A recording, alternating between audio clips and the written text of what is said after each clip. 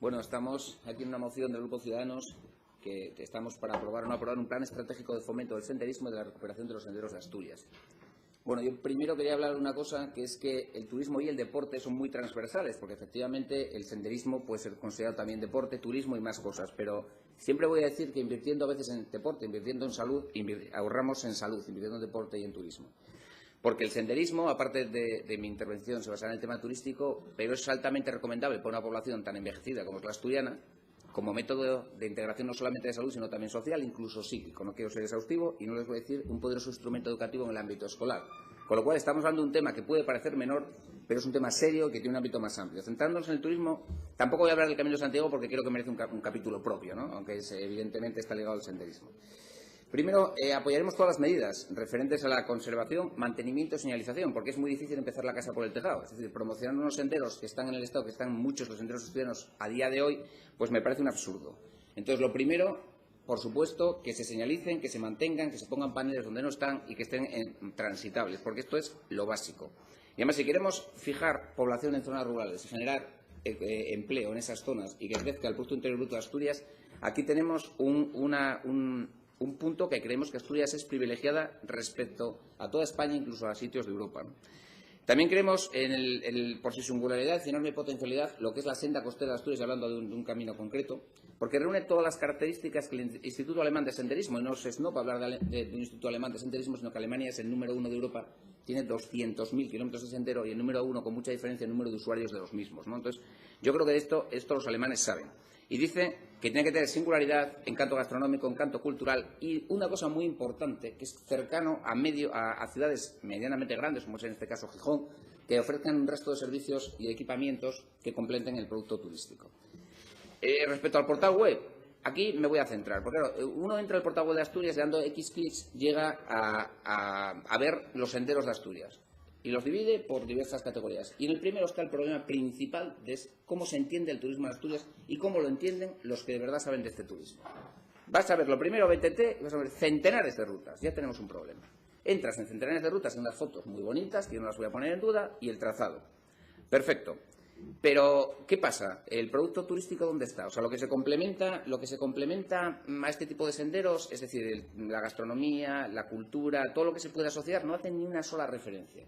Después, hace una dificultad media, alta, no incide más y no dice, oiga, este es, digamos, perfecto, este está peor. No dice absolutamente nada más. Y ahora voy a explicarles cómo funcionan los países líderes. España es líder mundial en turismo, pero no en turismo de senderos. Ahí tenemos que mirar a Alemania, a Suiza, incluso a Eslovenia, a Austria, que son los líderes. ¿Cómo hacen? Bueno, pues muy sencillo. En Austria tiene una certificación de calidad. Es decir, no todos los senderos la tienen, pero la tienen. Y se basa en 26 puntos. Cosas que pueden parecer obvias, como es el estado de conservación, que bueno, lo podemos suponer, pero luego, por ejemplo, hay una exquisita señalización. Pero cosas que parecen obvias, pero claro, al senderista son las que le importan. Pues que tengan o no tengan sitios donde dejar los bastones, las mochilas, que las tengan de alquiler, que tengan alquiler de GPS, que tengan sitios donde dejar al niño que igual es muy pequeño y no puede emprender el sendero. Si tú lo reúnes, tienes la certificación de calidad, con lo cual el senderista ya sabe a dónde va. Austria funciona así. Alemania tiene una cosa muy parecida. Tiene una cosa que se llama Top Trails of Germany, que son 10, que cambian cada año, porque tienen que reunir, son los mejores, pero después tiene debajo senderos de calidad de Alemania, ¿no? Unos criterios parecidos. Eslovenia, 3/4 de lo mismo, o Suiza. Es más, entre todos forman la Ruta Alpina Internacional, que no todos los senderos la tienen, es una distinción, que lleva más de 50 millones de usuarios. ¿Cómo hacen los que saben? Crean marcas que garantizan calidad, correcto posicionamiento y promoción con objetivos medibles. Esto es un producto turístico moderno. La estructuración del producto turístico tiene que ser alrededor de los recursos naturales. Y les voy a dar ideas.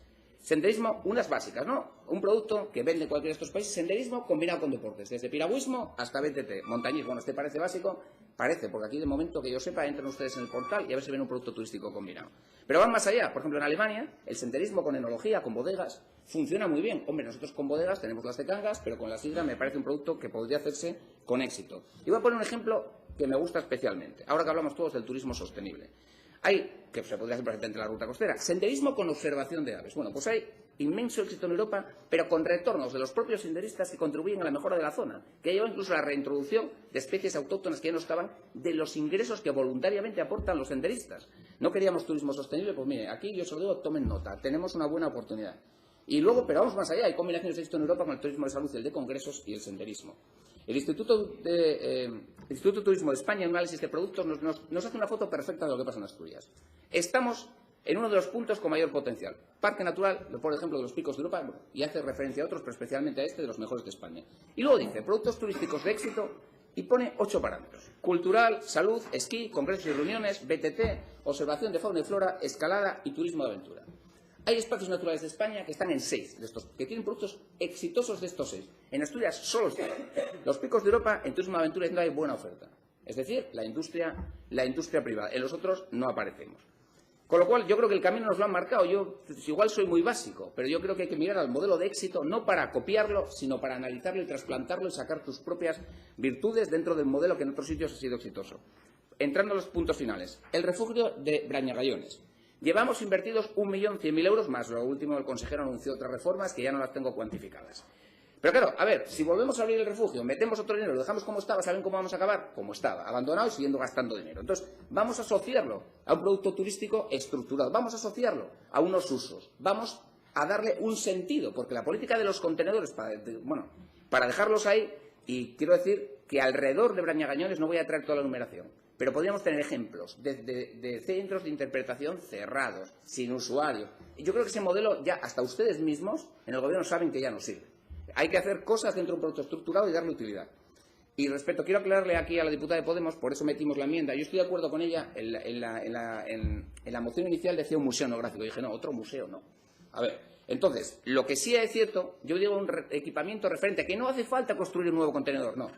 Se pueden aprovechar los existentes, pero sí tener un equipamiento que sea referente en el corazón de los Picos de Europa, que son reconocidos mundialmente, una vez más en Asturias, vamos a la cola de lo nuestro, como un referente de lo que puede ser este turismo combinado, de naturaleza, y al que le asociamos cultura y educación. Entonces, yo sí se lo querría aclarar, que nosotros ese cuarto punto, por eso pusimos equipamiento de referencia, que no significa crear lo nuevo, ¿eh? Efectivamente, se puede aprovechar lo que ya hay, que además nos saldría a todos más económico. Señoría, vaya concluyendo. Sí, gracias, presidente. Y por finalizar, yo creo que tras 30 años, con mucha táctica, pero ninguna estrategia a medio y largo plazo. Aquí se lanzan campañas, luego apostamos por esto, luego por lo otro, y nunca hemos realizado el producto. Yo lo digo, es que además no lo hago con ánimo de crítica, yo ojalá tomen nota y lo empecemos a hacer bien. Vamos a estructurar el producto, vamos a comercializarlo, vamos a posicionarlo, vamos a ver los que hacen lo que lo hacen bien, que tienen la trayectoria de éxito del senderismo en Europa, no me la voy a explicar yo allí. Y por finalizar, simplemente, nosotros vamos a apoyar esto y vamos a apoyar todas las iniciativas referentes al turismo que ayuden a poner el valor, lo que no hemos puesto en los últimos 30 años, que es el potencial que en este punto Asturias tiene. Gracias. Gracias, señor.